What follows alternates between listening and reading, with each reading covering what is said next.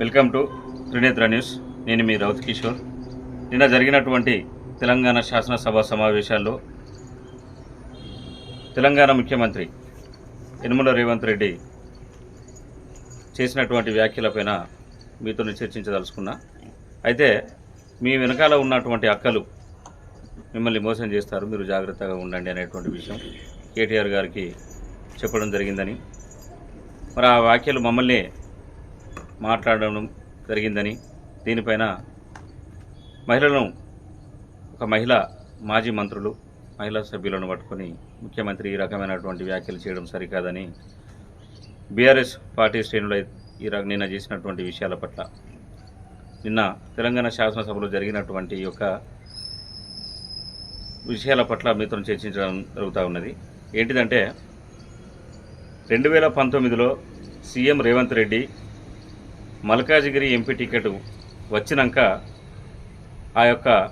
అక్కడ టికెట్ ఎప్పుడైతే వచ్చిందో అప్పటి వరకు నన్ను ప్రోత్సహించినటువంటి అక్క నాకు టికెట్ ఎప్పుడైతే వచ్చిన తర్వాత వెంటనే బీఆర్ఎస్ పార్టీలోకి వెళ్ళడం జరిగిందని, నన్ను ఈ రకంగా మోసం చేయడం జరిగిందనేటువంటి విషయాన్ని ఒకటి ప్రస్తావించారు.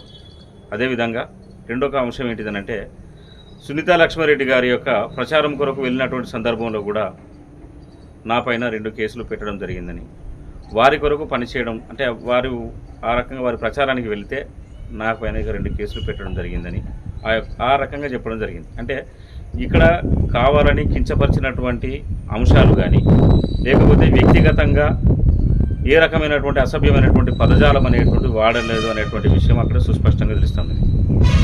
శాసనసభలో చర్చించాల్సినటువంటి ప్రజలకు ఉన్నటువంటి పరిస్థితులపైన, ప్రజా సమస్యలపైన, ప్రజా ప్రయోజనాల దృష్ట్యా చర్చించాల్సినటువంటి విషయాన్ని పక్కన పెట్టి సీఎం రేవంత్ రెడ్డి మాట్లాడినటువంటి ఈ యొక్క 2 విషయాలనే పెద్ద రాద్ధాంతంగా చేస్తూ ఈరోజు బీఆర్ఎస్ పార్టీ శ్రేణులు సీఎం రేవంత్ రెడ్డి దిష్టిబొమ్మ దగ్ధం చేయడానికి పిలుపునిచ్చుకోవడం జరిగింది. అయితే ఇక్కడ ప్రముఖంగా చర్చించాల్సినటువంటి విషయం ఏంటిదంటే తెలంగాణ మహిళా సమాజం అనేటువంటిదే, మహిళా సమాజాన్ని సీఎం రేవంత్ రెడ్డి అనుచితమైనటువంటి వ్యాఖ్యలు చేయడం జరిగిందన్నట్టుగా ఈ యొక్క బీఆర్ఎస్ పార్టీ శ్రేణులు చిత్రీకరించేటువంటి దిశగా ప్రయత్నం చేస్తూ ఉన్నాయనేటువంటిది నా ఆలోచన.